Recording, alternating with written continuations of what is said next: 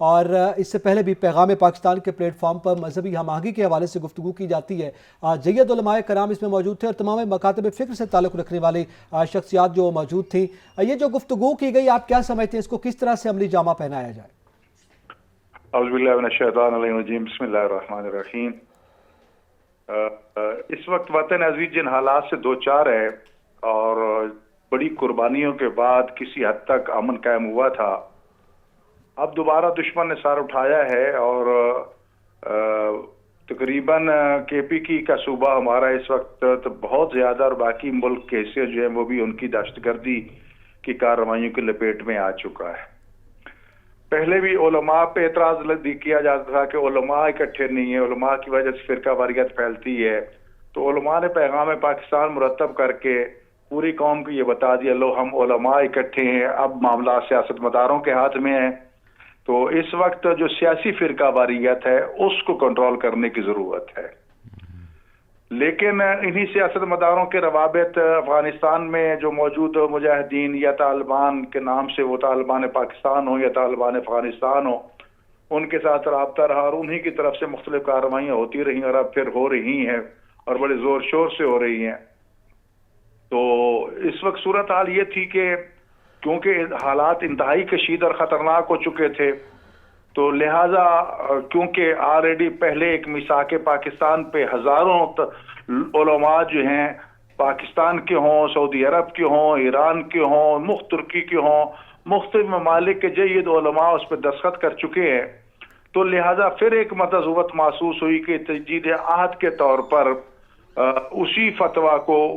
دوبارہ توثیق لی جائے اور موجودہ حالات کے تناظر میں ان لوگوں کو، کیونکہ اب وہ حد سے زیادہ آگے بڑھ چکے ہیں، پاکستان کو وہ اسلامی ریاست نہیں مان رہے بلکہ اس کے خلاف جہاد کرنا واجب سمجھ رہے ہیں، جو کہ ان کا مغالطہ ہے، جو قطعاً نہیں. پاکستان واقعاً ایک اسلامی ملک ہے، اسلامی جمہوریہ پاکستان ہے، اس کا آئین جو ہے وہ قرآن و سنت کی حاکمیت اور اللہ تعالیٰ کی حاکمیت کا اعتراف وہ کرتا ہے. اس کے یعنی جو سب سے پہلی شک یہی ہے کہ حکومت جو اللہ تعالیٰ کی ہے اور حق حکومت اللہ کا ہی ہے، اس کو نمائندے اس میں قرآن و سنت کو نافذ کر کے اس میں زندگی گزاریں گے. اور یہی وجہ ہے کہ جتنے قوانین بن رہے ہیں، اسلامک آئیڈیالوجی کونسل جس کا میں ممبر ہوں، اس میں بھی یہی کام ہو رہا ہے کہ ہم جتنے بھی قوانین ہیں اس کو اسلامی سانچے میں ڈالنے کی کوشش کریں. جزوی اختلاف ہمارے درمیان موجود ہیں فرقہ واریت کے حوالے سے، لیکن یہ موقع ایسا تھا کہ ہمیں ان جزوی اختلافات کو بھی پس طاق رکھنا ہے اور وطن عزیز کے دشمنوں کو اپنی یکجہتی کے ساتھ، اپنے اتحاد کے ساتھ اور اپنے بیانیے کے ساتھ جو ہمیں شکست دینی ہے. پاک افواج کی قربانیوں کو سلام، وہ دن رات جاگتے ہیں، قربانیاں دیتے ہیں، جانوں کے نذرانے پیش کرتے ہیں اور ہم آرام کی نیند سوتے ہیں.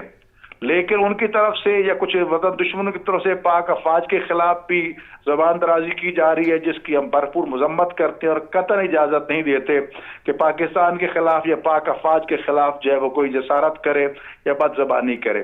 اچھے برے ہر معاشرے میں ہوتے ہیں، ہر قوم قبیلے میں ہوتے ہیں، ہر گروہ میں ہوتے ہیں، لیکن اس کا مطلب یہ نہیں ہے کہ پورا پاکستان جو نعوذ باللہ ایسا ہو چکا ہے. کل بھی کھل کے علماء نے، فقہا نے، تمام مفتی صاحبان نے اس چیز کو تمام دنیا کے سامنے رکھا اور خاص طور پر ان لوگوں کو نوٹیفائی کر کے، معین کر کے پیغام دیا گیا کہ خبردار، یہ وطن عزیز اسلامی ملک ہے، قرآن و سنت کی حاکمیت ہے، یہ اللہ کی امانت ہے ہمارے پاس، اس کے خلاف ہم کسی بھی قسم کی کارروائی کو قطعاً برداشت نہیں کریں گے، خواہ ہمیں کتنی ہی بڑی قربانی کیوں نہ دینی پڑے. اور یہی وجہ ہے کہ کانفرنس کے بعد جو ہے بہت سے علماء کو ایسے دہشت گردوں کی طرف سے دھمکیاں دی جا رہی ہیں، سارا کچھ ہو رہا ہے، لیکن ہمیں ان دھمکیوں کی کوئی پرواہ نہیں ہے. وطن ہے تو سب کچھ ہے. تو لہٰذا میں سمجھتا ہوں اس حوالے سے کہ یہ پرسوں کی جو کانفرنس تھی جو دہشت گردی کے خلاف تھی اور تجدید عہد تھا ایک قسم کا، میثاق جو پہلے ہم پیغام پاکستان کی صورت میں دے چکے ہیں، اب میثاق وحدت کی شکل تھی جی سرے سے بھی تمام دشمنان پاکستان کو، خواہ وہ داخلی ہوں یا خارجی ہوں، وہ نظریاتی ہوں یا سرحدی ہوں، ہاں جی، بارڈر کے دشمن ہوں یا ہماری زمین کے دشمن ہوں، ہم ایک انچ زمین بھی دشمن کے حوالے کرنے کو تیار نہیں ہے اور نہ ہی اس میں مداخلت کی اجازت دے سکتے ہیں. سب نے ایک مرتبہ پھر یکجہتی کا مظاہرہ کیا اور سیاست مداروں سے بھی دستبستہ درخواست کی کہ اس وقت سیاسی فرقہ واریت ہے، خدا را اس کو ختم کیجئے، اس نے ملک کو نقصان پہنچایا ہے۔ علماء آج پھر اکٹھے بیٹھے ہیں اور اپنے اس عہد سے ہٹے نہیں ہیں، بلکہ دوبارہ دستخط کر کے اس کو تجدید عہد کی صورت میں دنیا کے سامنے رکھا ہے، اور میں سمجھتا ہوں کہ یہ ایک انتہائی احسن اور اہم ترین قدم تھا۔ اس کی جتنی آفرین کی جائے کم ہے۔ اب ضرورت یہ ہے کہ ان کا پاکستان ایک اسلامی ملک ہے، پاکستان کا آئین جو ہے وہ بھی اسلام کے مطابق ہے، اسلام کے منافی کوئی قانون ہم نہیں بنا سکتے، پھر کیا وجہ ہے کہ یہ جو گروپ ہے یہ کھڑے ہو جاتے ہیں اور جہاد کا اعلان کر دیتے ہیں؟ اس کی کیا وجہ ہے؟ جائز ہے، اور اس کے لیے پاک فوج اور ادارے جو ہیں وہ آزاد ہیں، جو بھی وہ کارکردگی کرنا، کارروائی کرنا چاہیں ان کے خلاف علماء ان کے ساتھ کھڑے ہیں۔ جی علامہ صاحب یہ فرمائیے گا، میری آواز ٹھیک آ رہی ہے آپ تک؟ جی آواز آ رہی، لیکن بعض گشت ہے آواز میں، باہر چلو۔ اچھا علامہ صاحب، سوال یہ ہے، سجاد رضا صاحب بھی موجود ہیں، وہ بھی یہ سوال کر رہے ہیں کہ جب پاکستان کا آئین اسلامی ہے، پاکستان میں اسلامی نظریاتی کونسل بھی موجود ہے جو کہ گاہے بگاہے تشریح بھی کرتی ہے اور قانون کا حصہ بھی بنتا ہے ان کی تشریحات و تجاویز کو، جس کے آپ بھی ممبر ہیں، اور اس ملک میں ہم دیکھ رہے ہیں کہ روایتی تو آج سے نہیں، صدیوں سے بھی لوگ جو ہیں وہ مختلف مسالک سے تعلق رکھنے والے اختلاف رائے کے باوجود ایک دوسرے کے ساتھ رہتے ہیں، اتفاق ہے، شادی غمی ہے، ایک دوسرے سے رشتہ داریاں ہیں، لیکن یہ پھر یہ اس قسم کی صورتحال جس اشتعال کا ذکر کیا جا رہا ہے یہ کیوں پیدا ہو جاتا ہے اور اس کا خاتمہ کیسے ممکن ہے؟ دیکھیں بات واضح سی ہے کہ وطن عزیز پاکستان، اسلامی جمہوریہ پاکستان دنیا کا سب سے پہلا ملک ہے جو اس زمین پر وجود میں آیا تھا، جو کلمہ کے نام پر تھا، رسول اللہ کے نام پر تھا، ایک نظریاتی ریاست تھی، کوئی عام ریاست نہیں تھی، اور دشمنان اسلام پہلے دن سے اس کے وجود کو مٹانا چاہتے تھے۔ ہمارا ازلی دشمن ہندوستان تو یہی چاہتا تھا یہ چند دنوں کا کھیل ہے، اس کے بعد ختم ہو جائے گا۔ پھر اس کے بعد خدا نے توفیق دی کہ ایک واحد اسلامی ایٹمی طاقت بن گیا پاکستان۔ ہاں جی، یہ بھی آج تک دشمن کے آنکھوں میں کانٹے کی طرح چبھ رہا ہے اور اس کے وجود کو وہ ختم کرنا چاہتا ہے، کبھی سیاست مداروں کے ہاتھوں، کبھی تقریب کاروں کے ہاتھوں، کبھی بیرونی لوگوں کے ہاتھوں، کبھی داخلی لوگوں کے ہاتھوں۔ تو دشمن تو مسلسل اس کے وجود کو مٹانا چاہتا ہے، لیکن یہ پاک افواج ہیں، پاکستان کے عوام ہیں، غیور نوجوان ہیں، علماء ہیں، جن علماء نے اس کی تاسیس میں کردار ادا کیا تھا، اس کی بقا اور استحکام میں بھی کردار ادا کر رہے ہیں۔ تو یقیناً میں سمجھتا ہوں جو پیغامات کل دیے گئے ہیں، جن نوجوانوں کو گمراہ کیا گیا تھا، ان کے ذہنوں سے کم از کم وہ چیزیں ختم ہو جائے گی اور وہ ان چیزوں سے باز آ جائیں گے اور دشمن کی سازش کا حصہ نہیں بنیں گے، اور اس سے ملک کو فائدہ پہنچے گا۔ بہت شکریہ علامہ صاحب وقت دینے کا، آپ ہمارے ساتھ رہے۔ یہاں پہ وقت ہوا ایک بریک کا، ہمارے ساتھ رہیے گا۔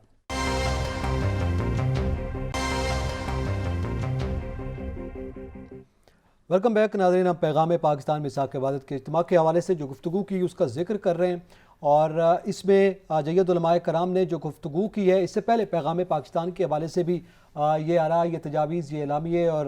یہ نکات جو ہیں وہ سامنے آ چکے ہیں، اور اس پر تمام مکاتب فقہ سے تعلق رکھنے والے جید علماء کرام، مذہبی اسکالرز جو ہیں وہ متفق ہیں۔ میں سیادت صاحب، اس میں مفتی اعظم پاکستان جناب مفتی تقی عثمانی صاحب موجود تھے، انہوں نے بھی یہ گفتگو کہ پاکستان کے خلاف جہاد کا فتویٰ محض مغالطہ ہے، اور اس میں انہوں نے کہا کہ ایسا دستور دنیا کے اور کسی ملک میں نہیں پایا جاتا، پاکستان کا دستور اس کے مسلمان ہونے کی گواہی دیتا ہے، اس لیے اس پہ آپ کیوں بضد ہیں کہ مسلمانوں کے خلاف بندوق اٹھائے رکھیں؟ ہاں البتہ ہم نے امریکہ اور روس کے خلاف جہاد کے فتوے دیے اور اب بھی قائل ہیں، یہ مفتی صاحب نے کہا، لیکن پاکستان کی ریاست کے خلاف کسی قسم کے بھی جہاد کی بات کرنا یا اس قسم کا فتویٰ دینا جو ہے وہ بغاوت کے زمرے میں آتا ہے۔ تو یہ ان کا ایک فتویٰ پہلے بھی آپ کو پتہ ہے، سیکیورٹی کونسل کے اجلاس سے قبل بھی ان کا یہ فتویٰ سامنے آ چکا ہے۔ اعتزاز، میری تقی عثمانی صاحب سے بہت ملاقاتیں رہی ہیں، گائے بگائے جب بھی میرا کراچی میں آنا جانا رہا میں ان سے ملتا رہا،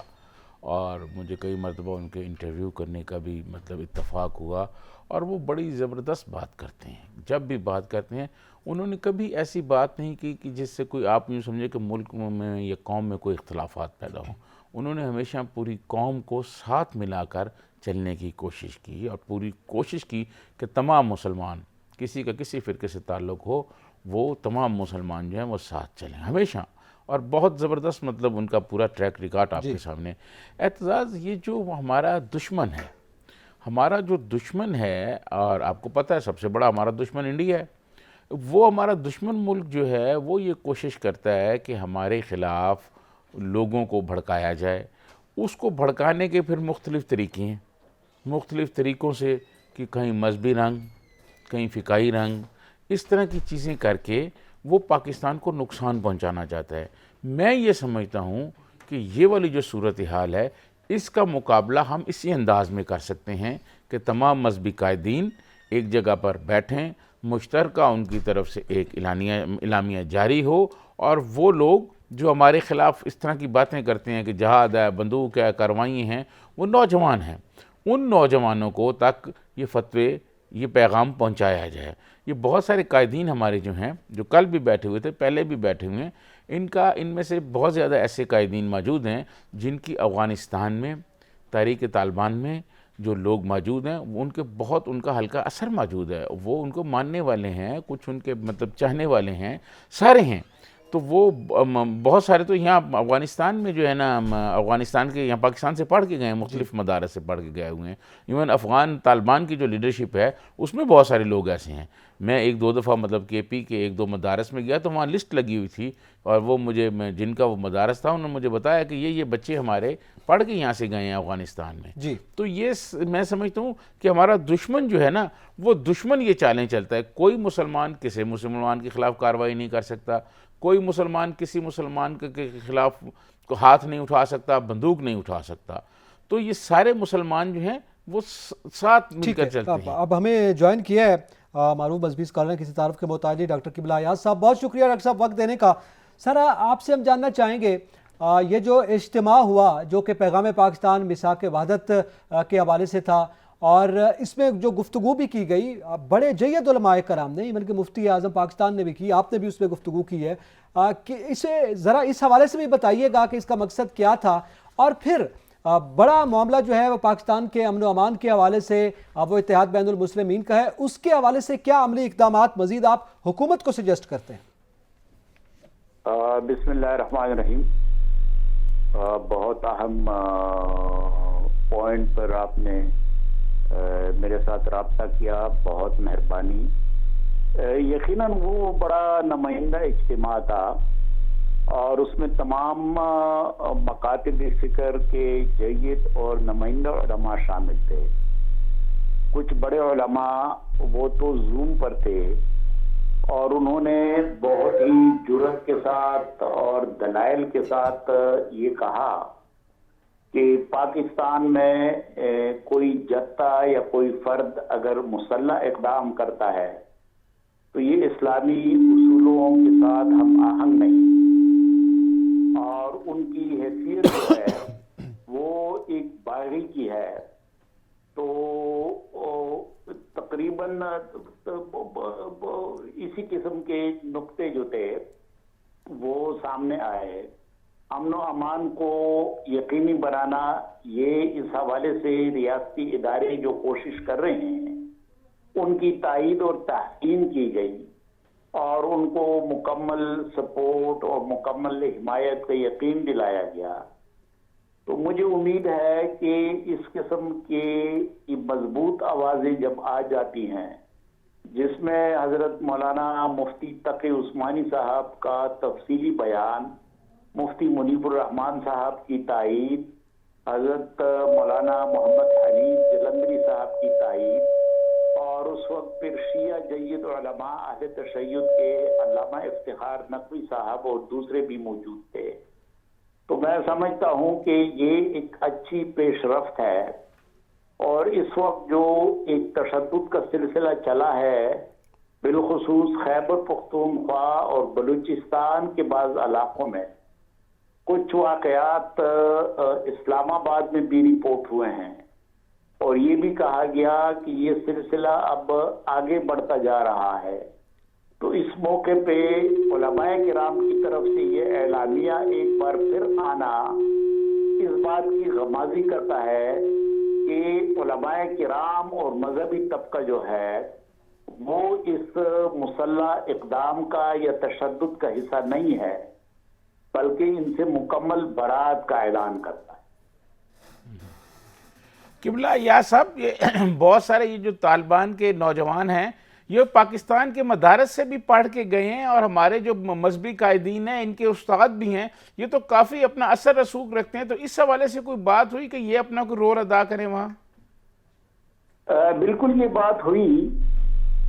جید علماء کرام کے وفود گئے، کئی بار گئے، اور حضرت مولانا تقی عثمانی صاحب نے وہ پوری تفصیل بتائی، اور انہوں نے یہ کہا کہ تحریک طالبان پاکستان کے ساتھ تو ان کے مذاکرات بہت کامیاب رہے، اور انہوں نے ان کو یقین دلایا کہ اب ان کا ذہن صاف ہو گیا ہے اور وہ آئندہ اس قسم کی کوئی کارروائی نہیں کریں گے. لیکن حضرت مفتی صاحب نے پھر افسوس کا اظہار کیا کہ اس کے باوجود اس قسم کے اقدامات ہو رہے ہیں،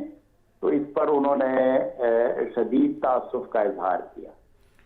آخر کیا وجہ ہے کہ وہ ایک بات طے کر کے پھر یہ کیوں ایسا کرتے ہیں، مکر کیوں جاتے ہیں طالبان جو ہیں جی؟ اب یہ تو اس موضوع کے ماہرین ہی جواب دے سکتے ہیں، یا جو ان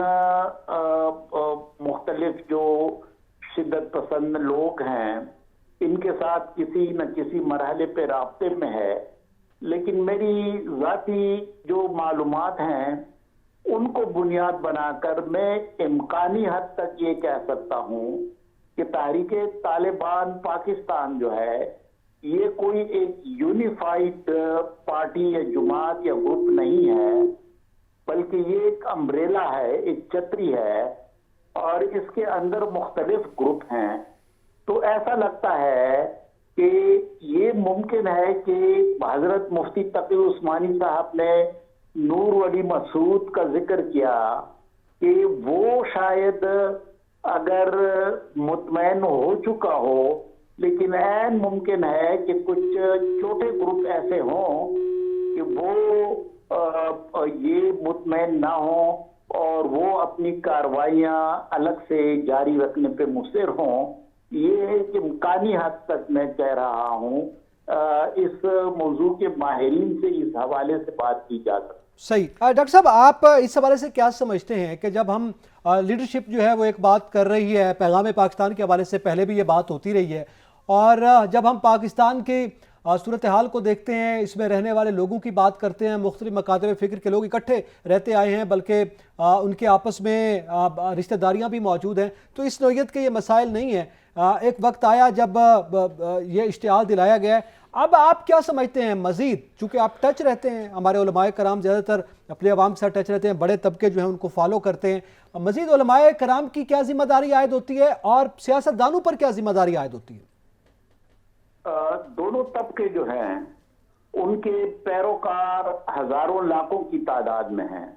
تو یقیناً ان کی ذمہ داریاں بھی بہت بڑھ جاتی ہیں. ان کا ایک بیان جو ہے، اس بیان کے نتیجے میں ایک امن کی فضا بھی قائم ہو سکتی ہے، ارتعاش کی کیفیت بھی پیدا ہو سکتی ہے. تو یقیناً میں سمجھتا ہوں کہ ان کے کاندھوں پر بہت ذمہ داریاں ہیں، اور مذہبی لوگ تو وقتاً فوقتاً جب حالات پیدا اس قسم کے ہو جاتے ہیں تو وہ تو سامنے آ کر اور ایک اجتماعی موقف دے دیتے ہیں. لیکن اب اس بات کی ضرورت ہے کہ ہمارے سیاسی لوگ جو ہیں ان کے درمیان بھی ایک میثاق کی کیفیت پیدا ہو جائے، بلکہ ایک میثاق ہو جائے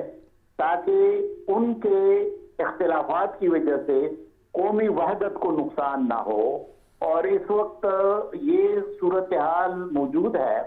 اور اس کی طرف توجہ مختلف مقررین نے دلائی ہے،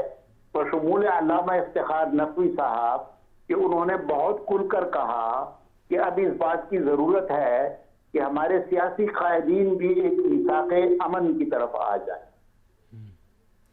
ڈاکٹر صاحب یہ بتائیں کہ حکومت پاکستان، ریاست پاکستان بھی اقدامات کر رہی ہے، ہمارے جو علماء دین ہیں وہ بھی اپنا رول کر رہے ہیں، عام آدمی اس حوالے سے کیا کرے تاکہ یہ اس قسم کی صورتحال جو ہے وہ پھیلے نہیں، بڑھے نہیں؟ عام آدمی کے لیے آپ کیا پیغام دیں گے؟ عام آدمی تو سچی بات یہ ہے کہ ایک بہت مشکل صورتحال سے دوچار ہے. معاشی مسائل میں ہم اتنے پنس گئے ہیں اور معیشت کی دوڑ کا اتنا دباؤ ہے کہ اب عام آدمی کے اندر تو ایک بہت پریشانی کی کیفیت ہے، لیکن میں سمجھتا ہوں کہ سمجھدار طبقہ جو ہے، مثلاً وکلاء ہیں، مثلاً صحافی ہیں، پروفیسر صاحبان ہیں، یونیورسٹی کے طالبان یہ ہیں، طالب علم ہیں، یہ آ کر ایک پریشر گروپ کی صورت میں ان کو آنا چاہیے اور ان کو یہ کہنا چاہیے کہ بھائی تم لوگوں کے درمیان جو کشمکش ہے اس کی وجہ سے تم ملک کے امن کو کیوں نقصان دے رہے ہو، تم صحیح۔ ہماری زندگیاں کیوں اجیرن کر رہے ہو، کیوں ہمارے لیے مشکلات بنا رہے ہو. تو یہ اسٹینڈ آف جو ہے اس کے خلاف مضبوط آواز پریشر گروپ کی صورت میں سنجیدہ طبقات کی طرف سے آنی چاہیے، سامنے آنی چاہیے. بہت شکریہ ڈاکٹر قبلہ ایاز صاحب، آپ نے اپنا قیمتی وقت دیا. ناظرین جہاں پہ وقت ہو ایک بریک کا، ہمارے ساتھ رہیے گا.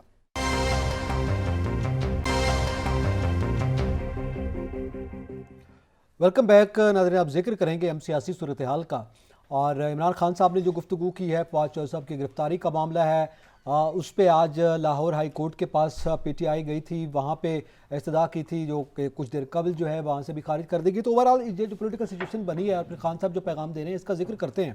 جاسرین صاحب، آپ میرے خیال میں خان صاحب یہ بات کر رہے ہیں کہ یہ ظلم و ناانصافی کے خلاف کھڑا ہونا جہاد ہے. میں خود جو ہوں کسی خوف سے آزاد ہوں، مجھے آپ گرفتار کریں نہ کریں، لیکن میں آخری سانس تک ان چوروں کا مقابلہ کروں گا. آج انہوں نے اپنے اس نیریٹو کا پھر سے ذکر کیا ہے اور انہوں نے یہ سوال بھی کیا ہے کہ فواد چودھری کو کیوں گرفتار کیا گیا.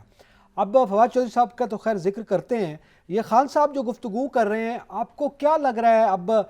سیاسی طور پر ظاہر ہے جب قومی اسمبلی سے صفایا ہو گیا تو اس کے بعد ہم نے دیکھا کہ یہ گرفتاری بھی سامنے آئی ہے، اور پھر خان صاحب بھی اب یہ بات کر رہے ہیں کہ آپ بھی بے خوف ہو جائیں اور میرے ساتھ آخری سانس تک لڑیں. اعتزاز، مجھے ایک آپ بات بتاؤ، آج خان صاحب جس ظلم جس ناانصافی کی بات کر رہے ہیں، کیا یہ ظلم اور ناانصافی آج ہوئی ہے؟ کیا یہ ظلم اور ناانصافی پہلے نہیں ہوئی؟ کیا یہ پہلے نہیں ہوتی رہی؟ ظلم اور ناانصافی پہلے بھی تھی، وہ آج بھی ہے اور آئندہ بھی ہوگی. یہ نہیں ہے کہ آئندہ رک جائے گی. اس کی وجہ کیا ہے؟ اس کی وجہ یہ ہے اعتزاز کہ جب اقتدار ملتا ہے کسی بھی پارٹی کو تو وہ پھر وہی کچھ کرتی ہے جو آج ہو رہا ہے. خان صاحب کے زمانے میں خان صاحب کے لوگ، خان صاحب کے وزراء پریس کانفرنس کیا کرتے تھے اور وہ کہتے تھے کہ جناب کل فلاں پکڑا جائے گا، پرسوں فلاں پکڑا جائے گا، پرسوں فلاں پکڑا جائے گا، اور وہ پھر ایسے ہی ہوتا تھا. ٹھیک ہے. فواد چودھری صاحب جن کے اپنے کابینہ کے لوگ، ایک وہ منسٹر تھے جو کہتے تھے اللہ کو جان دینی ہے، جی آج کل مجھے نظر نہیں آ رہے وہ کہاں ہیں. فواد چودھری صاحب اور وہ منسٹر جو ہیں، جب رانا شہریار آفریدی صاحب کا آپ ذکر جی شہریار آفریدی، جب رانا ثناء اللہ منشیات کیس میں پکڑے گئے تو انہوں نے جو باتیں کی وہ حکومت پاکستان کا موقف تھا نا جی، کوئی میرا اور آپ کا موقف تو نہیں تھا. اب فواد چودھری صاحب جو ہیں وہ اس کو تردید کر رہے ہیں کہ جی ہمیں پتہ نہیں تھا. بات یہ ہے کہ جب آپ حکومت میں ہوتے ہیں سارے فیصلے آپ کی مرضی سے ہو رہے ہوتے ہیں، اور جب آپ کو مشکلات کا سامنا کرنا پڑتا ہے آپ کہتے ہیں جی میں جب وہ تھا تو ہم نے یہ نہیں کیا، ہم نے وہ نہیں کیا. میں آپ کو عرض کروں کہ پاکستان کی پولیٹیکل ہسٹری میں آپ کو ایک بات بتانا چاہ رہا ہوں کہ جب جناب سردار عطا اللہ خان مینگل چیف منسٹر تھے اور میر غوث بخش بزنجو، آپ کو پتہ ہے میر صاحب ہمارے ہیرو تھے، گورنر تھے، تو اس وقت بلوچستان میں کوئی سیاسی قیدی نہیں تھا، بالکل کسی کے خلاف کوئی سیاسی مقدمہ نہیں تھا. اسی طرح جب پیپلز پارٹی کی حکومت تھی تو اس وقت بھی کوئی ایسا نہیں تھا. 4-5 سال جو رہے ہیں، زرداری صاحب جب پریزیڈنٹ تھے تو کوئی نہیں تھا. لیکن اس سے پہلے، اس سے بعد، جب پیپلز پارٹی کی گورنمنٹ گئی اور فاروق خان لغاری مرحوم صدر تھے، انہوں نے مقدموں کی ایک بوچھاڑ کر دی پیپلز پارٹی پر. بہت مقدمات، زرداری صاحب ابھی تک بھگت رہے ہیں مقدمات، زرداری صاحب پہ مقدمات اور بے شمار لوگوں پر. پھر میاں نواز شریف پرائم منسٹر بنے، میاں نواز شریف آئے تو انہوں نے پھر مقدمات. پھر جب پیپلز پارٹی آئی تو آپ کو یاد ہوگا انہوں نے میاں نواز شریف کے جو والد صاحب تھے میاں شریف صاحب، ان کو رحمان ملک صاحب نے اور باقی لوگوں نے ان کو بھی گرفتار کیا تھا. ٹھیک ہے. پھر یہ سیاسی مقدمات کا ایک دوسرے پر سلسلہ یہ سلسلہ چل رہا ہے. خان صاحب جب آئے، آپ یقین مانیں کہ خان صاحب جب آئے تو میں بہت خوش ہوا جب خان صاحب نے یہ کہا کہ میں ریاست مدینہ بناؤں گا، ریاست مدینہ کے ماڈل پر ہم پاکستان کو بنائیں گے. تو مجھے یہ یقین ہو گیا کہ جو ریاست مدینہ کے حکمران تھے اور وہ جس طرح اپنے بھائیوں سے سلوک کرتے تھے، ٹھیک ہے، کہ ایک جلتی آگ کا کوئلہ اٹھا کے بھائی کے ہاتھ پہ رکھ دیا، تو میں نے یہ سمجھا کہ خان صاحب ریاست مدینہ بنانے جا رہے ہیں تو اس طرز پر کسی کے ساتھ کوئی ناانصافی نہیں ہوگی، کسی قسم کی ناانصافی نہیں ہوگی، اور سب لوگوں کو انصاف ملے گا. اور انصاف کی بات خان صاحب بہت کرتے ہیں. آج بھی انہوں نے ذکر کیا نا کہ ریاست مدینہ میں پہلے عدل و انصاف آیا پھر خوشحالی آئی. تو یہ میں بھی عدل و انصاف کی توقع کرتا ہوں. انہوں نے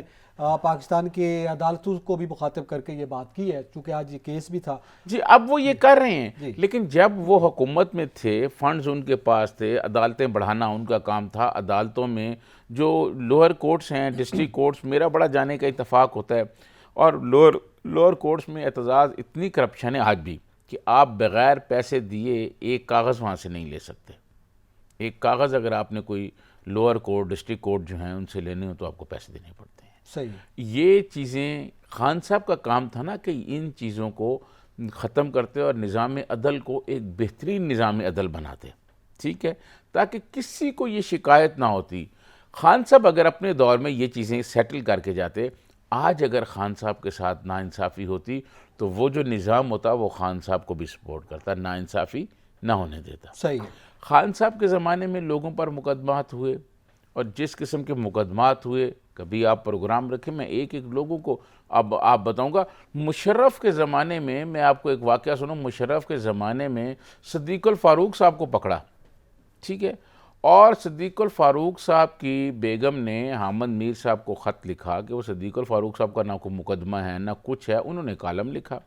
تو اس پہ شور مچ گیا. اس پہ فاروق آدم صاحب ہوتے تھے اس وقت نیب کے پراسیکیوٹر، تو عدالت نے پوچھا تو انہوں نے عدالت میں کہا کہ ہم تو اس کو پکڑ کے بھول ہی گئے تھے. ٹھیک ہے، صحیح. تو یہ میں آپ کو عرض کروں کہ یہ آج کا نہیں ہے. یہ ہمارے جب مغل حکمران تھے، جب مغل حکمرانوں کے بارے میں کوئی بات کی جاتی تھی، یا اس سے پہلے بھی، یہ رینیسن کی جو تاریخیں چلی ہیں اس سے پہلے بھی، یہ آپ اگر کوئی بات کرتا تھا تو خاص طور پر حکمرانوں کے خلاف، تو اس کے خلاف ایکشن ہو جاتا تھا. بعض دفعہ حکمران جو ہیں اس آدمی کو پکڑ کر بھول جایا کرتے تھے، یا پھر کبھی کسی خوشی کے موقع پر کوئی عقل مند وزیر جو ہے، آج کل بھی بہت عقل مند وزیر ہیں، بادشاہ سلامت کو یہ بتا دیں کہ بادشاہ سلامت وہ فلاں آدمی پکڑا گیا ہے، تو بادشاہ خوشی میں اس کو رہا کر دیتے تھے. اگر وہ کوئی بہت ہی خوش قسمت تھا اس کی گردن بھی اتروا دیتے تھے. ٹھیک ہے، یہ زیادہ خوش یہ اس طرح بھی ہوتا تھا. یہ وہاں سے جو چلتا آیا. اب ہمارا ملک، ہمیں 75 سال ہو گئے آزاد ہوئے، تو آج جو حکومت سے نکلتا ہے وہ یہ کہتا ہے کہ مجھے انصاف نہیں مل رہا. میرے ساتھ یہ خان صاحب نے ساری سپیچ عدلیہ کے بارے میں کی. جناب خان صاحب، آپ حکومت میں رہے ہیں پونے 4 سال، آپ نے نظام عدل کو کیوں نہیں بنایا اس طرح جس کی آپ بات کرتے تھے؟ ٹھیک ہے، میاں صاحب جب گئے وہ بھی یہی بات کرتے تھے، نظام عدل کا سب سوال کرتے ہیں، لیکن ظاہر ہے پھر کہانیاں بھی موجود ہیں، ریکارڈ بھی موجود ہیں، سب کی کارکردگی حکومت کے دوران جو سامنے آتی ہے. لیکن یہ جو فواد چودھری صاحب کا اب کیس سامنے آیا ہے اور اس میں جو گرفتاری ہوئی ہے، اس میں شام کو بڑا عجیب و غریب ٹوسٹ آیا. پہلے تو ظاہر ہے وہ گرفتاری ہوئی، وہ ساری سٹوری آج سارا دن میڈیا کے خبروں کا حصہ رہا. اب اس کے بعد ان کو F8 کچہری لایا گیا، اسلام آباد لایا گیا، پیش کر دیا گیا، اور ادھر سے اسلام آباد ہائی کورٹ میں درخواست دی گئی کہ یہ غیر قانونی طور پر گرفتار کیا گیا، بازیاب کروایا جائے. اب اسلام آباد ہائی کورٹ نے آج پہلے 3 بجے پھر 6 بجے کا جو ٹائم دیا ہوا تھا، اس میں انہوں نے لاہور ہائی کورٹ نے اور لاہور ہائی کورٹ نے آئی جی پنجاب اور آئی جی اسلام آباد کو طلب کیا. آئی جی پنجاب پھر شام میں پیش بھی ہوئے، اور پھر جب سنوائی ہوئی اور ادھر سے اسلام آباد پولیس کے حوالے کر دیا گیا، وہاں لاہور ہائی کورٹ میں پنجاب پولیس نے کہا کہ ہمارے پاس تو نہیں ہے، وہ تو اسلام آباد پولیس کے پاس ہے. اب ان کو جب پیش کر دیا گیا تو لاہور ہائی کورٹ نے یہ کہا کہ ہم یہ خارج کرتے ہیں یہ درخواست، کیونکہ یہ غیر قانونی گرفتاری نہیں ہے، عدالت نے طلب کیا ہے، وہاں پہ ان کو پیش کر دیا گیا. تو یہ ساری صورتحال، یہ سارا ہنگامہ رہا. اب الٹیمیٹلی ظاہر ہے جو صورتحال آگے بنے گی، اس مقدمے کے بعد، اس گرفتاری کے بعد آپ کو کیا موڈ لگ رہا ہے؟ اچھا اعتزاز پولیٹیکلی بھی اور قانونی میں آپ طور کو عرض کروں کہ یہ بھی 18ویں ترمیم میں یہ ساری آصف علی زرداری صاحب کو کریڈٹ جاتا ہے جنہوں نے یہ والی بات اس آئین میں ڈلوائی کہ کوئی بھی آدمی پکڑا جائے گا تو 24 گھنٹے کے اندر اندر اس کو کسی بھی عدالت کے سامنے پیش کیا جائے گا، ورنہ آپ کو پتہ یہاں تو بھول جایا کرتے تھے اور وہ تو پھر نیب کا ایک تھا اس میں بھی 90 دن کا کوئی پتہ نہیں ہوتا تھا، یہ بات ہوئی۔ لیکن ایسی گرفتاریاں جو حکومت مخالف تحریکیں ہوتی ہیں ان میں جان ڈال دیتی ہیں، ایسی گرفتاریاں جو دیکھیں ہمارا ملک معاشی طور پر کافی اس وقت صورتحال اچھی نہیں ہے، ایسے ملک میں اس قسم کی سیاسی جو ہے صورتحال ہو جائے اور کشیدگی ہو جائے یہ نہیں ہونی چاہیے تھی۔ پی ٹی آئی کا ورکر متحرک ہو جائے گا لاسٹ منٹ ہے، میں سمجھتا ہوں کہ پھر سے ایک تھوڑا سا متحرک ہوگا۔ پی ٹی آئی کے پاس وہ کلاس نہیں ہے جو کوئی مظاہرے بہت بڑے کر سکے، جلسے کر سکتے ہیں، وہ خان صاحب جلسے کر سکتے ہیں، لیکن آپ یقین مانیں کہ ان کا بڑے سے بڑا لیڈر بھی پکڑا جائے تو یہ اسی طرح لوگ تھوڑے بہت جمع ہو گیا احتجاج کر کے اور پھر چلے جاتے ہیں گھر۔ وہ کلاس نہیں ہے جو پولیٹیکل کلاس احتجاج کرتی ہے، روڈ بلاک کرتی ہے، مظاہرے کرتی ہے، وہ ان کے پاس نہیں ہے۔ ٹھیک ہے، اور یہ جو کچھ ہو رہا ہے میں سمجھتا ہوں یہ نہیں ہونا چاہیے، صحیح۔ اور فواد چودھری صاحب کو بھی بیانات جاری کرتے ہوئے زیادہ جذبات میں نہیں آنا چاہیے۔ وہ پاکستان کی سب سے بڑی عدالت میں بھی پیش ہوتے ہیں بطور وکیل، ہائی کورٹ میں پیش ہوتے ہیں، سپریم کورٹ کے وکیل ہیں وہ، اور ان کا بہت کمیشن سے آپ کے ان کی اختلاف ہیں فیملی مگر میں اس بہت طریقے وکلا ہے، ججز ہیں، تو ان کو ذرا یہ دیکھنا چاہیے کہ کون سی بات کہنی ہے۔ بات کہنے کا بھی انداز ہوتا ہے کہ آپ نے بات کہنی بھی ہے اور یہ بھی کوشش کرنی ہے کہ آپ پر کوئی کسی قسم کی قدغن نہ لگے، لیکن جو کچھ انہوں نے کہا اب اس پہ ہو گیا ہے تو اب یہ کیس چلے گا تو اس کے بعد، لیکن میں سمجھتا ہوں یہ پولیٹیکل صورتحال کے لیے نا ایسی چیزیں زیادہ اچھی نہیں ہوتی۔ ٹھیک ہے، یہ زیادہ اچھی نہیں ہوتی، اس کو اوائڈ کرنا چاہیے۔ عوامی معاملات، عوامی مسائل کی جناب سنجیدگی سے سیاستدانوں کو بالخصوص دیکھنا چاہیے۔ اسی کے ساتھ ہی اعتزاز نقی اور سجاد ترین کو اجازت دیجیے، اللہ حافظ۔